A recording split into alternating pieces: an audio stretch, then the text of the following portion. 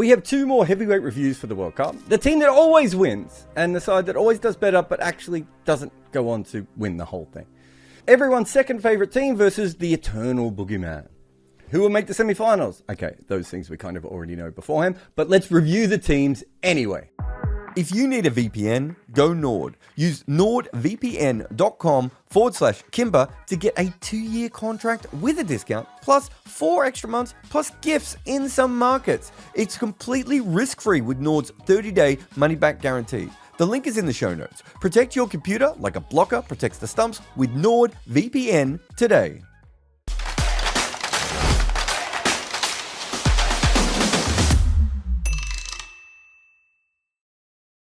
Australia is gunning for a unique feat in the upcoming Men's T20 World Cup. If they win the trophy, they could be triple world champions because they won the most recent ODI World Cup and the most recent Test World Championship.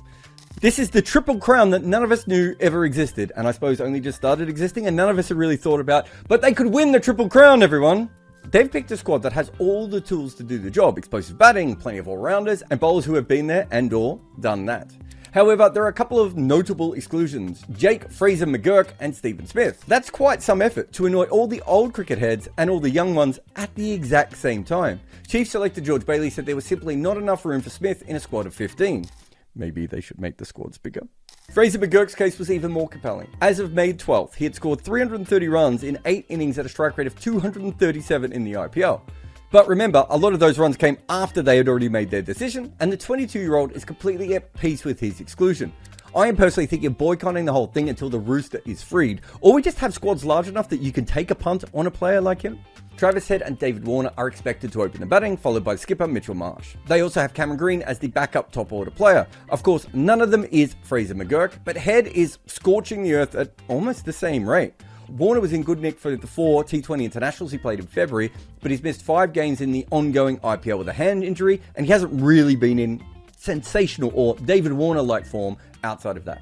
Marsh has only played 4 matches for Delhi when he was ruled out with a hamstring strain. He's already fit enough to bat, and they're hoping as well he will be fit enough to bowl for that tournament. Glenn Maxwell will have the crucial role of taking on the spinners in the middle overs, as well as probably finishing a few innings.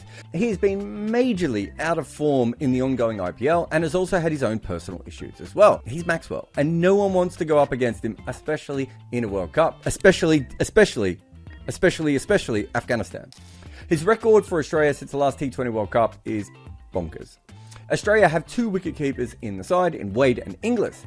Wade was a key figure in the T20 World Cup win back in 2021, especially the semi-final. And since the last T20 World Cup, Australia have actually prepared quite well for this. They've split the games between the keepers evenly, with Inglis getting 12 and Wade getting 10. With a packed top order, Australia will be looking at who suits their finisher's role more likely than not, although Inglis against spin is always interesting as well. Wade is probably better as a finisher. But remember, they swapped keepers 1 game into the last 50 over World Cup. Marcus Stoinis and Tim David should round out the rest of the top order. Amongst the bowlers, Australia have ready-made and tested new ball options in Mitchell Starc and Josh Hazlewood. Pat Cummins has shown during the IPL that he can be a middle overs enforcer, like some of us have been saying for a long time. They also have Maxwell's off-spin as a match-up option. He's good enough to bowl occasionally when the field restrictions are in. Adam Zampa should be a lock-in as the spinner. Australia's one concern could be that Starc has had a below-par IPL, and they don't have Spencer Johnson as a backup.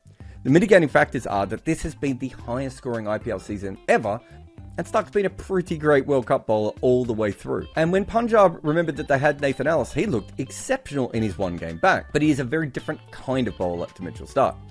Probable 11 for them would be Warner, Head, Marsh, Maxwell, Stoinis, David, Wade, Cummins, Starc, Hazlewood and Zampa. If Australia want to go heavier on spin, they always have the option of bringing in Ashton Agar instead of Starc. And while Starc can obviously bat a little bit, Agar is a much better option there. A spin attack led by Zampa and Agar with part-time of Maxwell and Head is like a lot of options. And none of these combinations even include Cameron Green, who can theoretically bat anywhere, but probably needs to be in the top 3, and can theoretically add a seam bowling option as well. If Australia want a stacked batting lineup, he's the guy who can change things if they want to combine 8 overs from all-round and part-time options. That would mean going in with just 3 frontline bowlers. But of all teams, Australia might be able to pull that off because they have so many top-order players who can bat. They would then have an 11 of Warner, Head, Marsh, Maxwell, Stoinis, Green, David, Wade, Cummins, Hazelwood and Zampa. That's a really deep batting lineup, but 8 overs from non-specialists is very risky. A lot of the tournament may come down to Mitch Starc or Nathan Ellis, but they can play some wacky lineups, and they have been winning a lot of trophies lately and I suppose all time. And they may win this one even without the Rooster. New Zealand have been a consistently good team in the last 3 editions, and really almost all the way through since 1975. They reached the semi-finals in 2022 and the final in 2021. Oh, and the semi-finals in 2016. However, they have not been able to go beyond that, and let's be honest, when it comes to New Zealand, we all kind of feel they have a glass ceiling. They've made 2 changes to their squad from the last edition. Rachin Ravindra and Matt Henry are in, while Martin Guptill and Adam Milne miss out. Another player who failed to make the cut was Tim Seifert, who actually had played quite a bit of T20 cricket for them. New Zealand have 3 opening batters in their squad: Devon Conway, Finn Allen and Rachin Ravindra. And no, we're not counting Daryl Mitchell, although obviously in 2021 they gave him that job, despite the fact he had never done it before, and of course he did well, because he's Daryl Mitchell. Conway has been a key member of the team in all formats, and he kept wickets at the 2022 T20 World Cup as well. He was instrumental in CSK's IPL title, however he didn't take part this year due to a thumb injury. It makes sense to have him as their first choice opener, with one of Allen or Rachin at the other end. He's the guy who can score quick but stay in, and allow for the other 2 guys to be short stay nuts. Allen has featured in 20 T20I innings and since the last World Cup, so they're probably favouring him. And Rachin has been playing for CSK in Conway's spot, striking just under 160, but an average of less than 18 in 9 innings. Let's be honest, his form is all over the place at the moment. Kane Williamson will slot in at number 3, hopefully not batting in the power play, where he really just does not score at all. We all have questions about his T20 cricket, but New Zealand certainly value his experience in major tournaments. They could perhaps afford to be a little bit more flexible with his entry points, maybe use him as an insurance batter, someone who could help bail the team out rather than just batting him everywhere. I mean, in some games, he doesn't even need to bat. Daryl Mitchell's T20 international record since the last World Cup has not been that impressive. And for CSK, he scored 314 runs at a strike rate of 144, which is kind of a little bit slow. But to be fair, CSK have done what New Zealand done, have just chucked him in anywhere they've had a problem. He has done better when he's come in earlier though, and in 5 innings at number 3, he has struck it over 150. Mitchell's abilities against spin will be crucial for New Zealand in the middle overs. And after coming in at 15 for 3, all-rounder, okay, part-timer, all-rounder, Glenn Phillips scored a terrific 100 against Sri Lanka in the 2022 edition. Since that tournament, he has scored more than 500 runs for New Zealand, but at a strike rate of under 135. What are they doing to Glenn Phillips? But you'd expect him to be better than that because he just should be. He has also not played for the Sunrisers this year, and if he played for them, he probably would have a ridiculous strike rate as well. Amongst the batters with 200 runs for New Zealand between the World Cups, Mark Chapman has been the 3rd quickest while also scoring the most runs. They have plenty of other options too, of course, Jimmy Neesham and Michael Bracewell, but if they're looking for a specialist batter in that position, that's probably Chapman's role. Mitchell Santner also can be a helpful batter in the lower order, but he's not really done all that much for New Zealand since 2022, but generally he finds a gear to get better for World Cups. New Zealand have a lot of variety in their pace attack. Trent Boult has been in good form in this IPL, and at his best he bowls with a new ball, but he'll probably bowl a little bit at the death for New Zealand as well. Lockie Ferguson needs to step up again and do a great job in the middle and the death overs. Matt Henry and Tim Southee are both primarily new ball bowlers, but Southee has improved a little bit at the death. Since the last T20 World Cup, he's picked up 11 wickets in T20 internationals, an economy of just 8 runs and over. Although all those things would have been stretched if he played in this IPL. The squad has 2 frontline spinners in Ish Sodhi and Santner.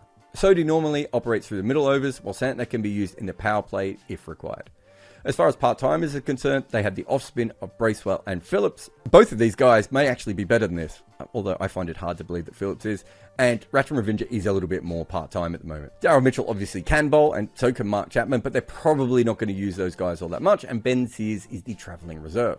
A probable 11 for New Zealand could be Conway, Allen, Williamson, Mitchell, Phillips, Neesham, Santner, Southee, Sodhi, Ferguson and Boult. This team is quite balanced. It's got 5 batters, 2 all-rounders and 4 bowlers. Rachin and Henry can be the backups for Allen and Southee respectively if they want to go pace heavy. And if they want to go pace heavy, obviously Sodhi could sit out. On a spin-friendly surface, Rachin could replace Allen at the top. Honestly, I'd probably start that way anyway. And I would probably also go with Bracewell over Neesham regardless of the surfaces. New Zealand started the ODI World Cup in 2023 by fielding just 3 frontline bowlers, Boult, Henry and Santner. They had Neesham and Santner listed at 8 and 9 in their lineup. It will be fascinating to see if they're going to try that experiment in this World Cup. That would make the 11 Conway, Ranchin, Williamson, Mitchell, Phillips, Chapman, Neesham, Bracewell, Santner, Bolt, and what other bowler they want. I love this. It is chaotic, but I'm all for it. Of course, they would need to get 8 overs from Neesham, Ranchin, Phillips, Bracewell, Mitchell, and Chapman. So we know their bowling won't be as strong, but batting until 9 means that they could consistently look for above par totals. It should also allow everyone at the top order to smash the ball early, and so they could actually use Williamson when and if they need him. They have a variety of all-rounders, which certainly allows them to come up with several different kinds of combinations. I mean, can this be the year when they finally win their first limited overs World Cup? I need to say no here, because if I say they are really good and that they can win this tournament, they will underperform. We need to look down on them. We need to underestimate them for New Zealand to be at their best. And there are parts of their team that I like a little bit. But as always, they look like a semi-finalist rather than a winner. But maybe that's what they want us to say. If you make any content, Minvo Pro is the tool for you. Take your long format content and cut it and slice it for social media. This AI-inspired weapon will turn your one piece of work into so many clips. Try Minvo.pro now.